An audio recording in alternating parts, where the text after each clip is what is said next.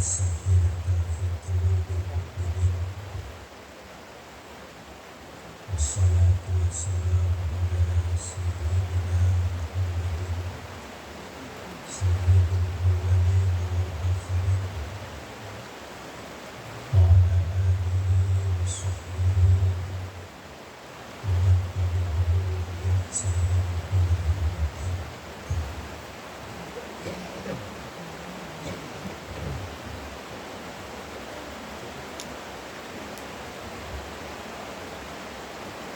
Yang sama-sama kita muliakan, yang dimuliakan oleh Allah,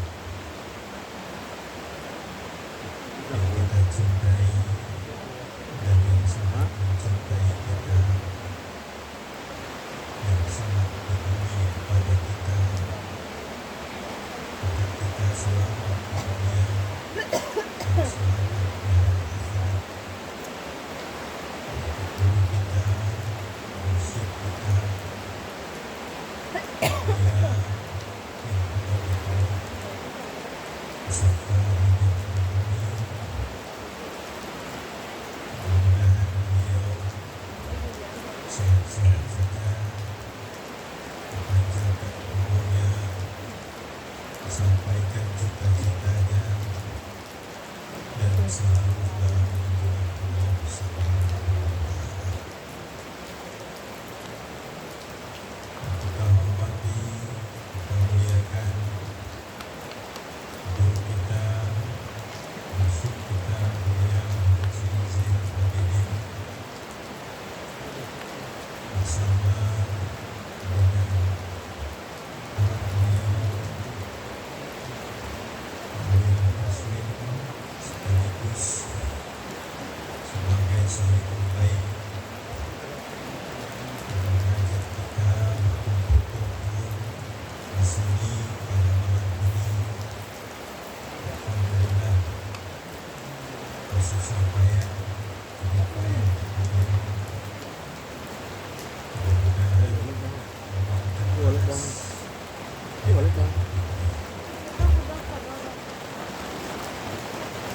kita hormati, kita muliakan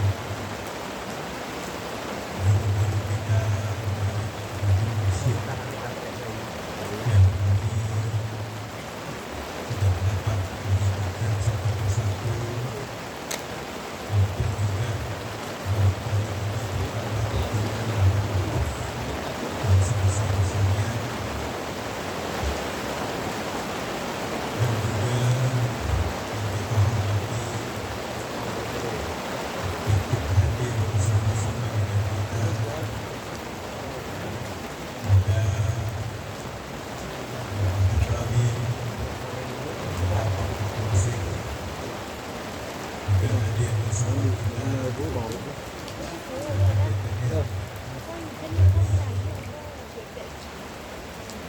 Kabupaten Tanah Datar, dan juga hadir juga bersama kita dari Aceh, ada juga DPR Tasawuf Jasman, di mana beliau tentunya pernah menjabat 2 kali camat, 2 kali kepala dinas sosial, 1 kali dinas sosial, pernah juga menjabat sebagai kepala Bapeda. Jadi beliau setelah ikut banyak kuliah, belajar tasawuf, berzikir, beliau melihat semuanya itu ujung-ujungnya adalah bagaimana agar kita dapat kembali dekat, bertakarub intinya kepada Allah Subhanahu wa Ta'ala. Juga hadir bersama kita dari Bengkulu, Sumatera Barat, Ustaz Masyuri, ada juga dari Natal, Sungai Natal, Kuzu, Kota Binjai, dan Musamai, begitu juga semua ulama yang kita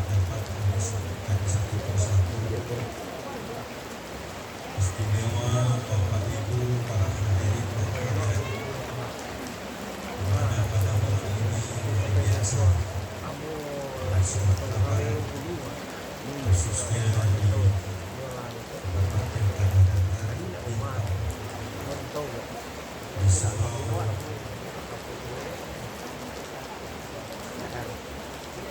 Sorong, Berboleh.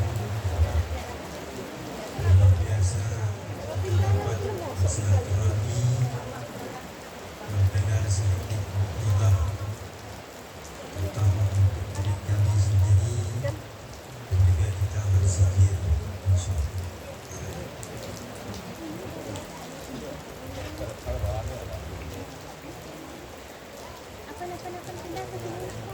Bapak Ibu yang dimuliakan, di mana Abuya di Aceh, beliau memperjuangkan tauhid tasawuf yang dilandasi oleh ajaran ihsan. Beliau bersungguh-sungguh sampai dengan hari ini, di mana beliau sudah berumur 78 tahun. Beliau yang sudah begitu sepuh, tapi beliau terus tidak henti-hentinya berjuang dan tidak henti-hentinya beliau peduli kepada kita, peduli terhadap iman kita, peduli terhadap ilmu dan amal kita, melebihi daripada peduli kita kepada diri kita sendiri. Kita mengalami iman yang sakit, kita mengalami amal yang tidak bagus. Terkadang kita tidak susah, terkadang kita tidak sedih, tapi beliau sedih melihat iman kita yang turun, melihat amal ibadah, moral dan akhlak kita dan umat ini. Sehingga beliau pada satu pengajian pernah menyampaikan, kenapa saya angkat ajaran ini, kenapa saya angkat ajaran tauhid tasawuf yang dilandasi oleh ajaran ihsan. Karena saya melihat betapa umat ini sudah sangat terlalu cinta kepada dunia, melebihi daripada cintanya kepada Allah, terlalu cinta kepada selain, terlalu takut kepada selain Allah, takut hilang pangkatnya, takut hilang jabatannya, takut hilang kemuliaannya, melebihi daripada takutnya kepada Allah Subhanahu wa ta'ala. Oleh karena itulah saya, kata beliau, mengangkat ajaran tasawuf dan kesufian yang dilandasi oleh ajaran ihsan. Dan itu terbukti, Bapak Ibu yang terhormat. Tidak perlu jauh-jauh kita melihat, terkadang itu ada di dalam rumah kita, terkadang itu ada di kampung kita, terkadang itu ada di tengah-tengah kita. Tidak perlu jauh-jauh kita lihat, di mana orang pada hari ini berani merubah statusnya. Teringat kami dulu waktu tsunami, di mana juga hari ini kita baru-baru ini mengalami bencana. sampai setengah Sumatera. Yang lebih parah itu di Aceh. Tempat terus ya. Gak apa-apa ini masih terdengar. Dulu waktu tsunami saya pernah dengar itu orang-orang luar bawa bantuan, umpamanya Indomie. Mereka bilang sama anak-anak, kamu berapa Tuhan kamu? Satu katanya. Maka dikasih Indomie satu. Ada yang bilang dua, maka dikasih Indomie dua. Sampai seperti itu. Orang-orang mengurusi. Yang ujung-ujungnya nanti sudah dapat tidak mampu. Dan juga banyak hari ini Bapak Ibu yang terhormat, kita saksikan pada diri kita, pada keluarga kita, pada anak-anak kita, terlalu mencintai dunia. Sudah sangat berkurang mencintai Allah, mematuhi atas anjuran Allah. Oleh karena itulah Abu yang mengangkat ajaran tasawuf dan bersunnah. Dan beliau juga katakan, perlu Anda ketahui bahwa yang saya perjuangkan bukanlah syariat dan tarekat, tapi perlu Anda ketahui saya adalah orang yang sangat setia kepada syariat dan tarekat. Yang saya perjuangkan itu adalah hakikat dan makrifat. Kenapa demikian? Karena kalau kita berbicara syariat, syariat ini banyak kontroversi. Ada namanya Syafi'i, ada namanya Maliki, Hanafi, Hambali, dan lain sebagainya.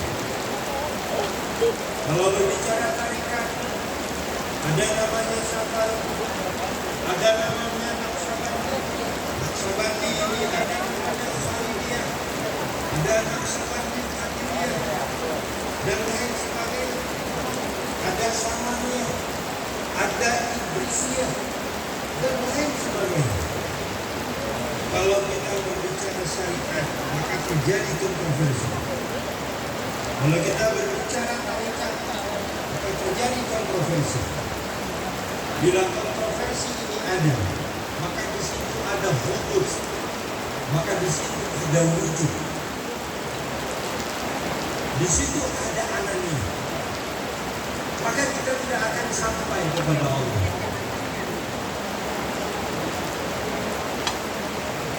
Lalu yang saya perjuangkan, kata beliau, adalah hakikat dan makrifat. Tapi perlu Anda ketahui bahwa saya sangat setia kepada syariat dan kepada tarekat.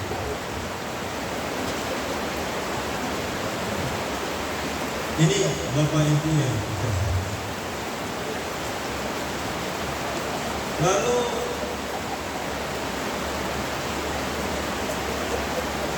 beliau juga sering mengutip apa yang disampaikan oleh Rasulullah Sallallahu Alaihi Wasallam. Nabi pernah katakan, "Asy-syari'atu aqwali, wa tariqatu a'mali, wal haqiqatu ahwali, wal ma'rifatu ra'sul." Artinya syariat itu ucapanku, kata Nabi. Amantu billah wa bima qala Allah. Amantu bi Rasulillah wa bima qala Rasul. Syariat itu ucapanku, kata Nabi. Tarekat itu adalah amalanku. Hakikat itu adalah ahwalku, kelakuan hatiku. Dan makrifat itu adalah raksumali, modal. Maka sangat benar yang disampaikan oleh guru kita tadi. Awwaludin ma'rifatullah.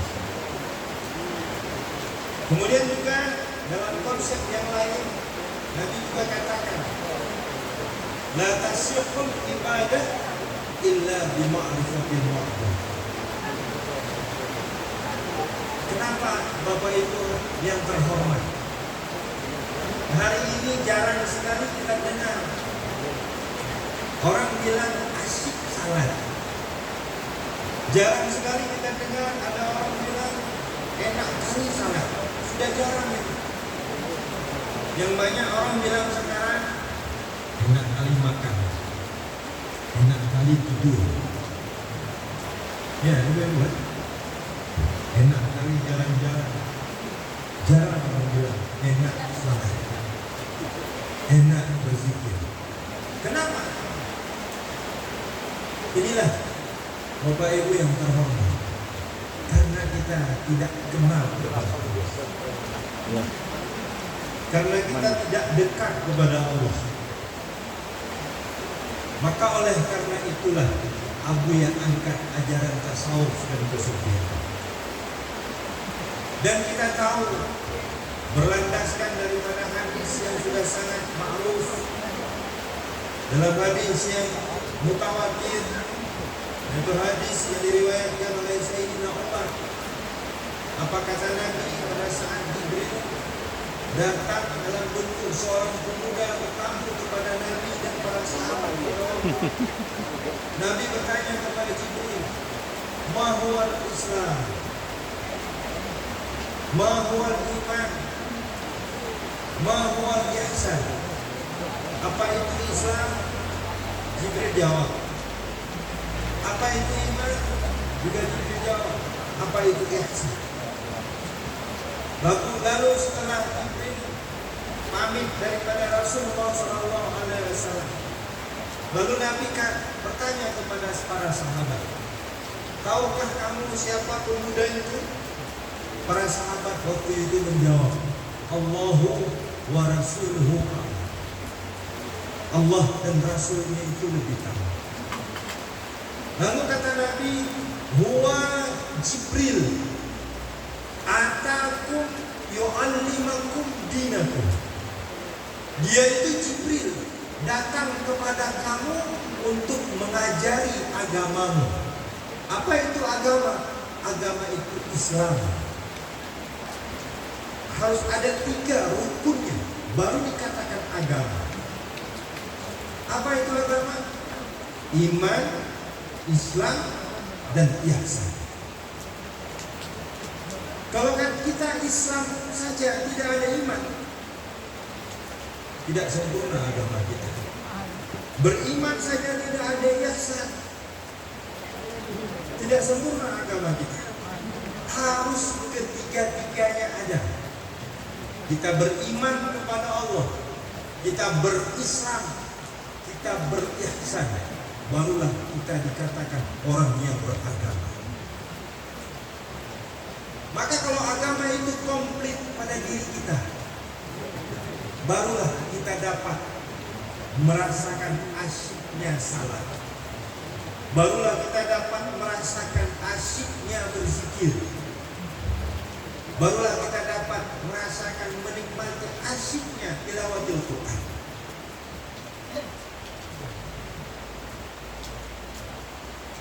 Sebab para ulama-ulama tasawuf, para ulama-ulama sufi katakan salah satu azab kepada ahli tarik.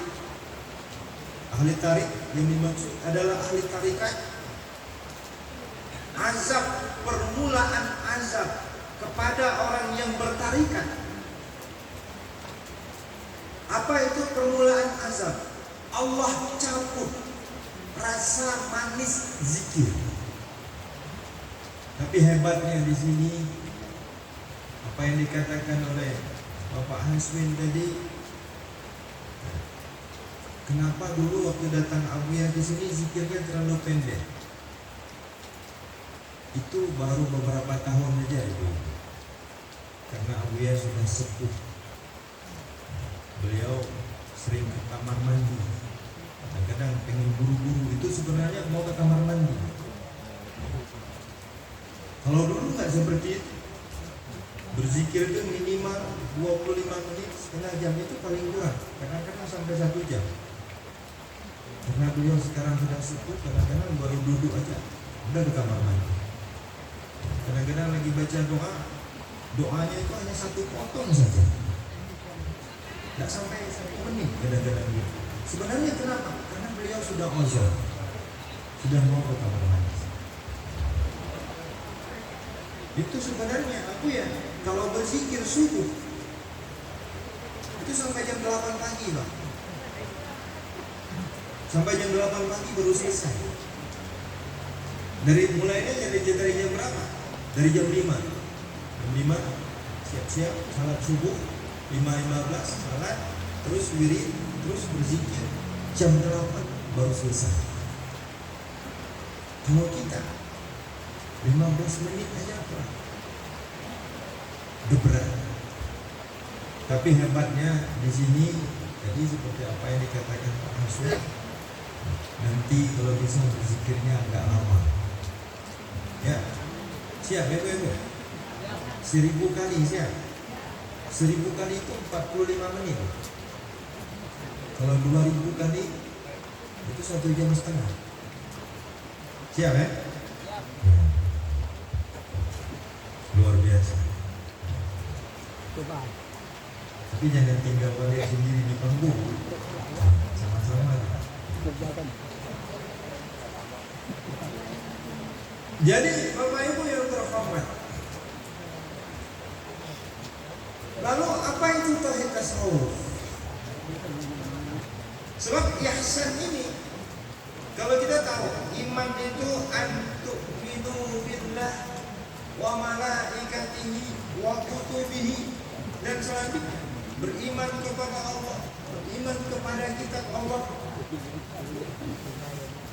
beriman kepada Rasul, dan selanjutnya Islam itu kita tahu antashhada an la ilaha illallah wa iqamis salat wa ita'iz zakat. Ihsan itu, dan selanjutnya ihsan itu adalah anta'budallah ka'annaka tarah fa in lam takun tarah fa innahu yarak. Kamu sembah Allah seakan-akan kamu melihat Allah. Fa in lam takun tarah fa innahu yarak. Apabila kamu tidak bisa melihat Allah, kita harus yakin bahwa kita sedang dilihat oleh Allah. Anta'budallah ka'annaka tarah, ini disebut musyahadah, atau juga disebut dengan istilah yang lain ilmu kesufian. Fa in lam takun tarah fa innahu yara, ini adalah muraqabah, atau juga dalam istilah lain disebut dengan istilah tasawuf. Jadi inilah yang diperjuangkan oleh Abuya. Jadi Bapak Ibu yang terhormat, pada tempat yang lain Abuya pernah katakan begini, tasawuf ini untuk menghapus hudud, sufi itu untuk menghapus wujud. Apa itu hudud, ibu-ibu? Hudud itu keuntungan diri. Biasanya kita kalau ada keuntungan, ya itu kan, kalau ada keuntungan, nah, ini kita rajin. Apa keuntungan? Keuntungan bagi orang-orang munafik, keuntungannya adalah keuntungan nafsunya. Bagi orang-orang awam, keuntungan dunianya. Bagi orang-orang khawas, keuntungan akhiratnya.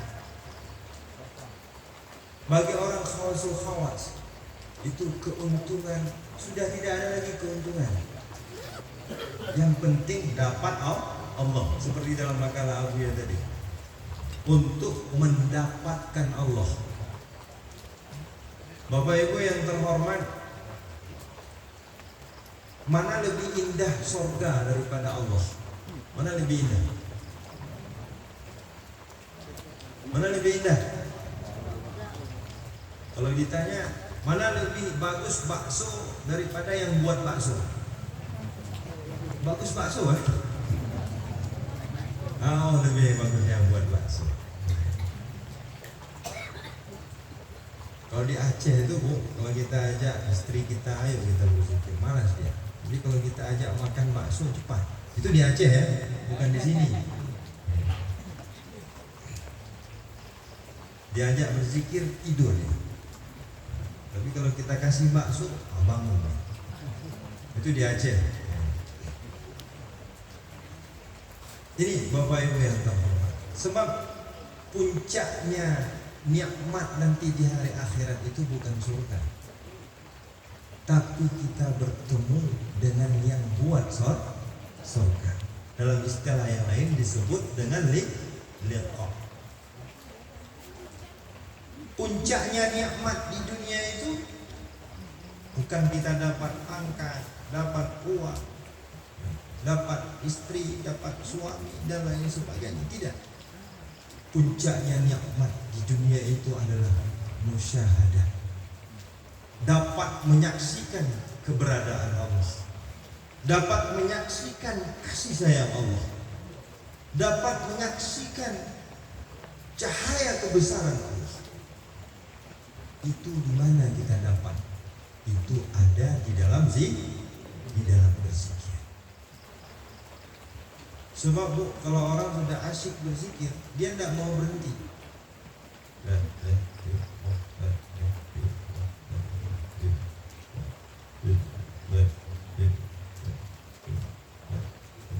Itu bisa sampai pagi kalau dapat asyiknya.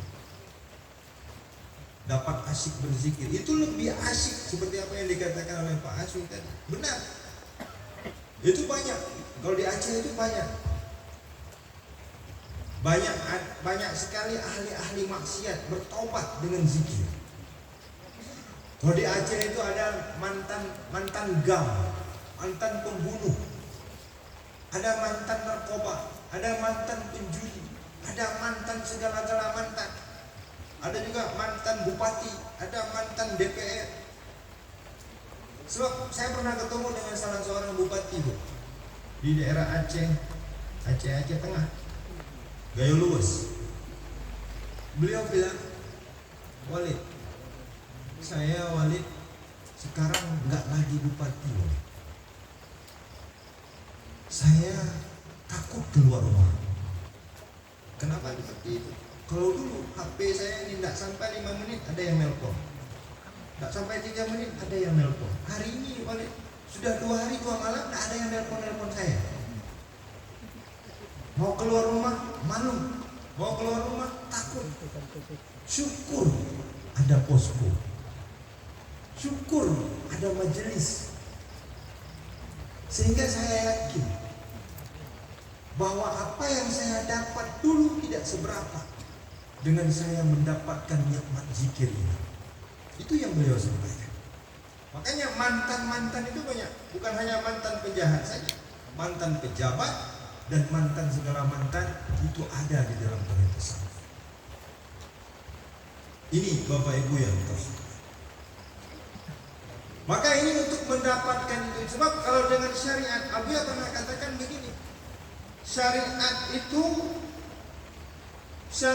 kalau kita bersyariat saja dan berhenti di situ, itu satu kesalahan.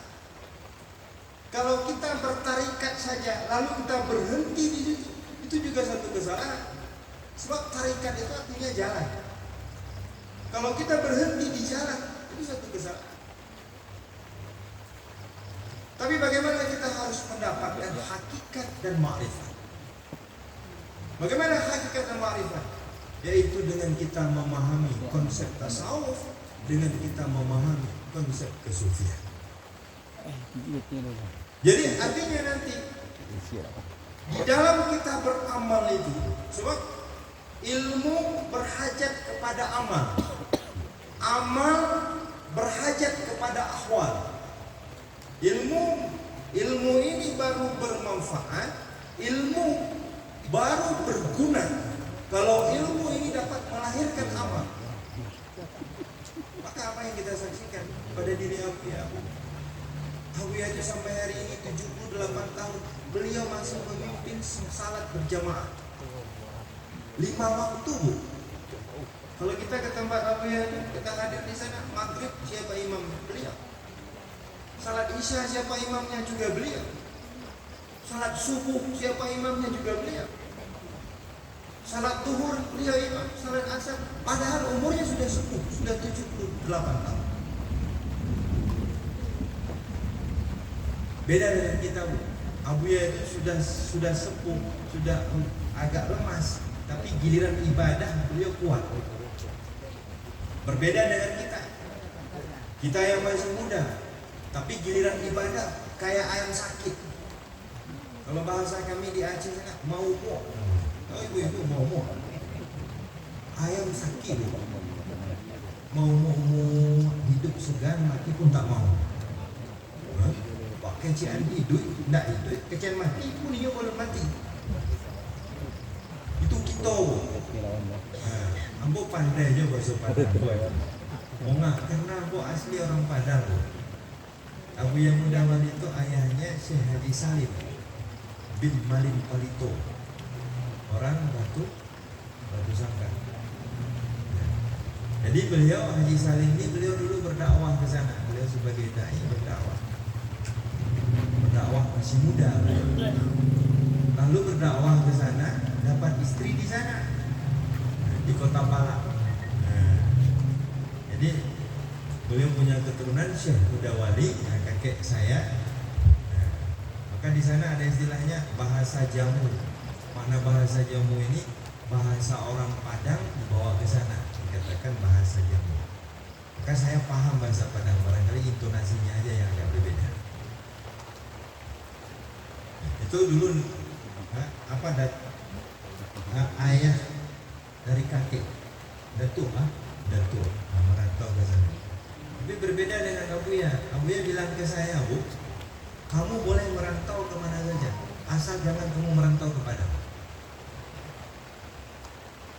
Saya heran juga, kenapa saya nggak dikasih merantau ke Padang? Itu pesan Abu Yahya dulu waktu saya masih SMP. Mau pergi, saya mau pergi belajar kemana? Tamat SMP mau belajar kemana? Kamu kata dia belajar kemana aja boleh, asal kamu merantau kemana saja boleh, asal jangan merantau ke Padang. Rupanya merantau ke Padang ini bahaya, Bu. Kenapa? Karena orang Padang ini baik-baik kali. Kalau kita sudah merantau ke sini, tidak bisa lagi balik ke Aceh. Karena orang Padang ini baik-baik kali. Diikatnya kita, akhirnya kita jadi orang Padang. Makanya begitu, nggak dikasih sama beliau merantau. Beliau itu nggak mau anak-anaknya jauh-jauh dari beliau. Jadi punya menantu, punya istri dekat-dekat, paling di sebelah kampung. Jadi Bu, apa tadi yang mau kita katakan tadi? Ayam mau. Apa ayam mau? Kita kok ibu-ibu bantang muda lah itu. Bahkan ada yang belum 40, bahkan belum 50. Kalau kita berurusan dunia, cerdas kita. Pagi jam 7:30, urusan dunia jam 7:30 pagi, cerdas kita. Kalau hujan, pandai cari mantel.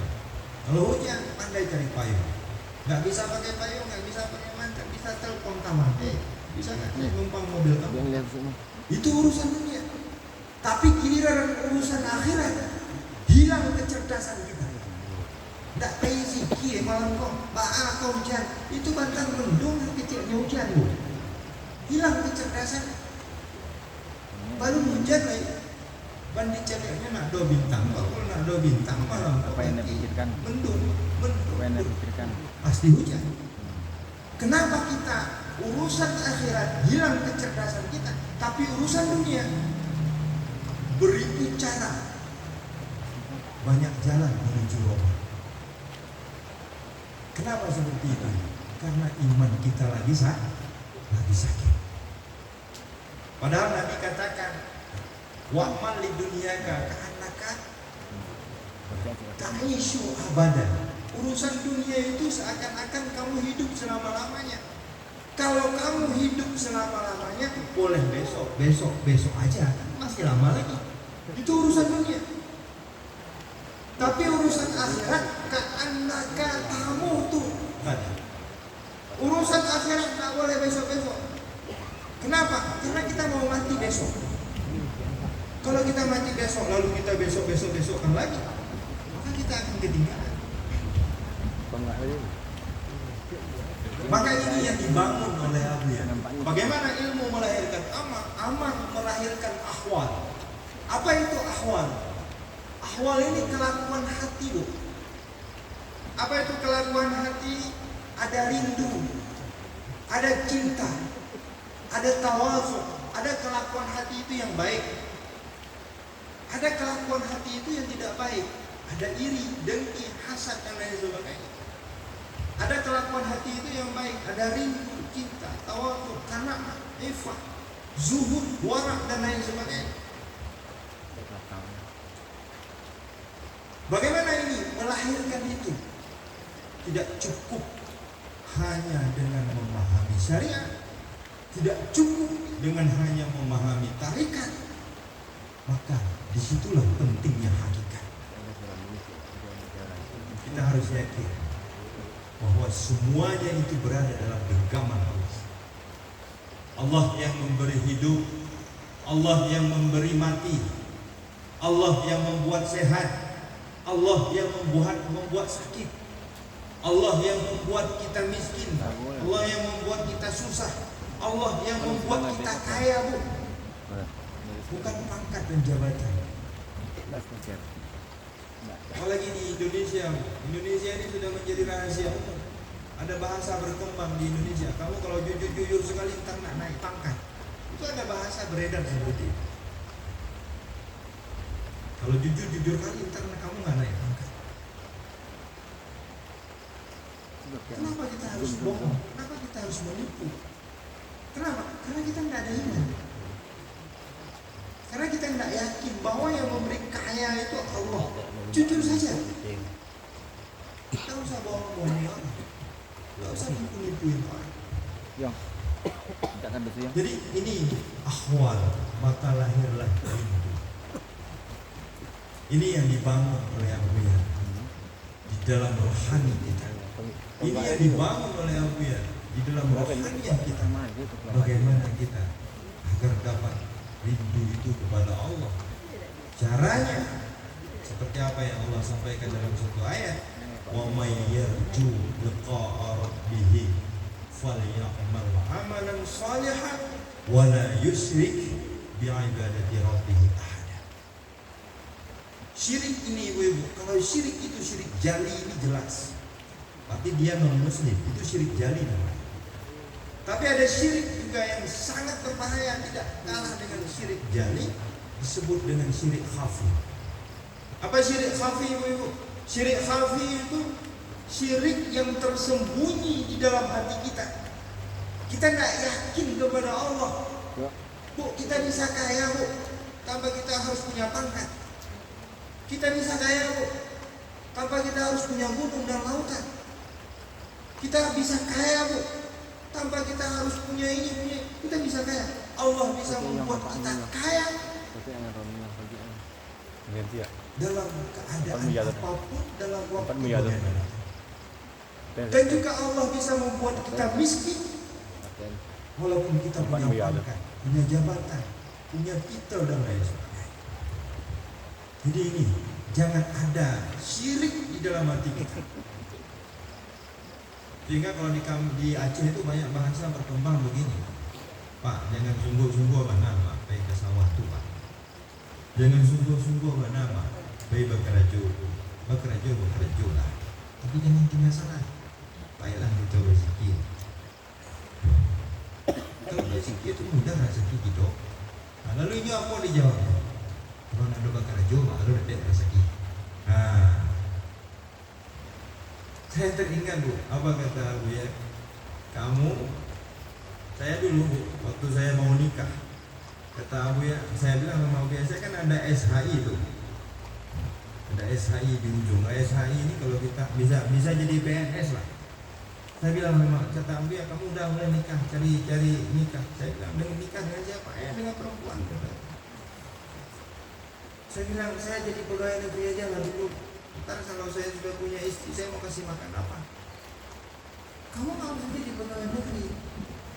Gak usah kalau gitu. Kamu sekarang salat yang baik, ada belajar dan mengajar di pondok pesantren. Lalu kamu berakhlak yang mulia, nanti kayak kamu dari Pak Camat. Itu bahasa. Dulu awal-awalnya masih ragu, tapi kenyataannya ya seperti itu. Kalau orang dekat, kalau kita patuh kepada guru, patuh kepada anjuran guru, apa yang disampaikan oleh guru ya? Berilmu lalu beramal yang saleh, nanti urusan dunia kita ini akan dimudahkan oleh Allah. Bahkan Nabi pernah katakan dalam satu hadis, siapa yang selalu meresahkan urusan akhiratnya, maka resah dunia ini akan Allah bayar.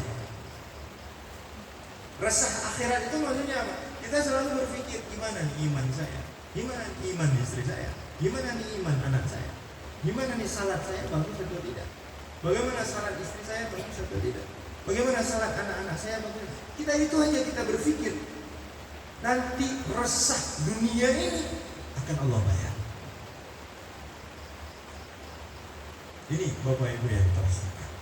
Jadi itu mendapatkan itu dengan ajaran tasawuf, melalui guru mursyid, melalui bimbingan guru. Sama seperti yang pertama itu dua caranya. Yang pertama itu guru mursyid, yang kedua ahli zikir. Sebagaimana yang disampaikan oleh Atta-Illah Al-Iskandari, jalan yang paling cepat untuk sampai kepada Allah itu adalah mursyid. Bila itu ada di kampungmu, jika tidak ada di kampungmu, carilah walaupun di seberang lautan. Kalau itu tidak kamu dapatkan, maka barulah kamu berzikir sebanyak-banyaknya. Lalu yang terakhir, sudah jam 11:15. Maaf sudah telat.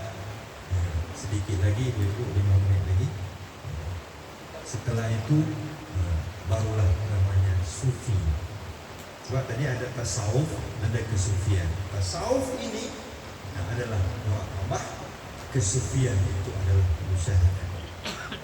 Jadi tasawuf itu untuk menghilangkan hudud namanya, untuk menghilangkan hudud, keuntungan diri, dan sufi itu adalah menghilangkan wujud.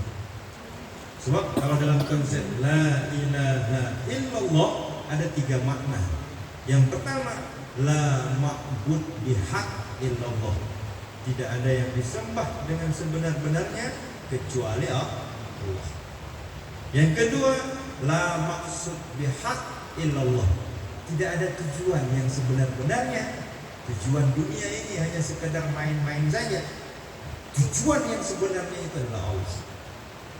Yang ketiga, la maujud bihaq illallah. Tidak ada yang wujud dengan sebenar-benarnya. Wujud alam ini hanya sekedar bayang-bayang. Apa namanya? Ada pantun. Cakap ada pantun. Ada. Rupanya ada barulah.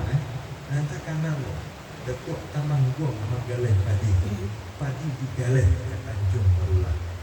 Islam tangguang kapi nak jadi. Kan merako juga badan nak campak. Iko gini yang banyak. Wak kecian Islam tangguang, wak kecian kapi nak bisa. Itu Datuk Taman Buang namanya. Datuk Taman Buang menggaleh tadi, padi digaleh ke Tanjung Barulah. Islam tangguang kapi nak jadi. Kan merako juga badan nak campak. Sibuk kita mencari bayang, sibuk kita mencari bayang, tapi kita lupa kepada yang punya bayang. Apa itu bayang alam ini, bayang? Yang punya bayang itu siapa? Yaitu Allah. Makanya tidak ada yang mewujud dengan sebenar-benarnya kecuali Allah. Bagaimana untuk mendapatkan itu? Mendapatkan itu dengan ilmu sufi. Hilang wujud diri kita, hilang ananiah kita. Apa pesan Nabi yang muda wali? Wujud diri kota syaitan. Ini bahasa aja. Hancurnya hidayah Rabbi. Jalan bertemu, maka bertemu mendapat. Jalan bertemu hidayahnya suluk rakan tarikat sufi. Itu pantun Nabi yang muda wali. Syair Nabi yang muda wali. Jadi ananiah ini bahaya sekali, Pak. Pertama kita tidak punya ilmu, lalu berilmu. Setelah berilmu kita beramal. Setelah beramal kita katakan saya tidak mengharapkan apa-apa. Lalu timbul dalam hati kita, oh berarti saya lah yang benar. Ini bahaya sekali. Lebih-lebih kami ini yang sudah jadi mursyid, sudah jadi pendai, sudah menjadi pendakwah. Pendakwah itu yang paling berat bagi dirinya, tahu nggak?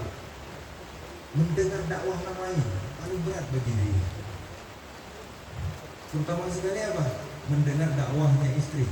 Ini di luar kita dakwah sama orang lain, ntar pulang ke rumah kita didakwahin sama istri. Ini yang paling berat. Di luar kita ceramah, sampai ke rumah kita diceramahin. Nah, ini tes mental ini. Nah, uji coba kesabaran kita. Sabar nggak?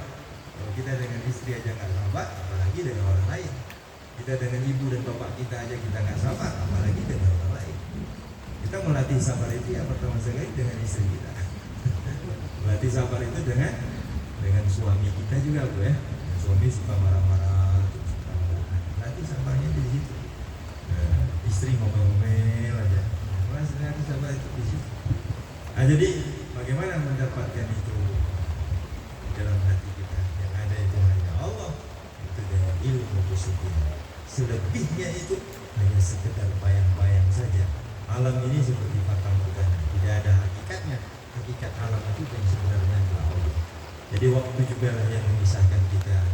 Jadi insya Allah ini kami malam ini mohon izin dan mohon pamit ya. Untuk terlambat besok kalau nginap di sini, takut terlambat besok.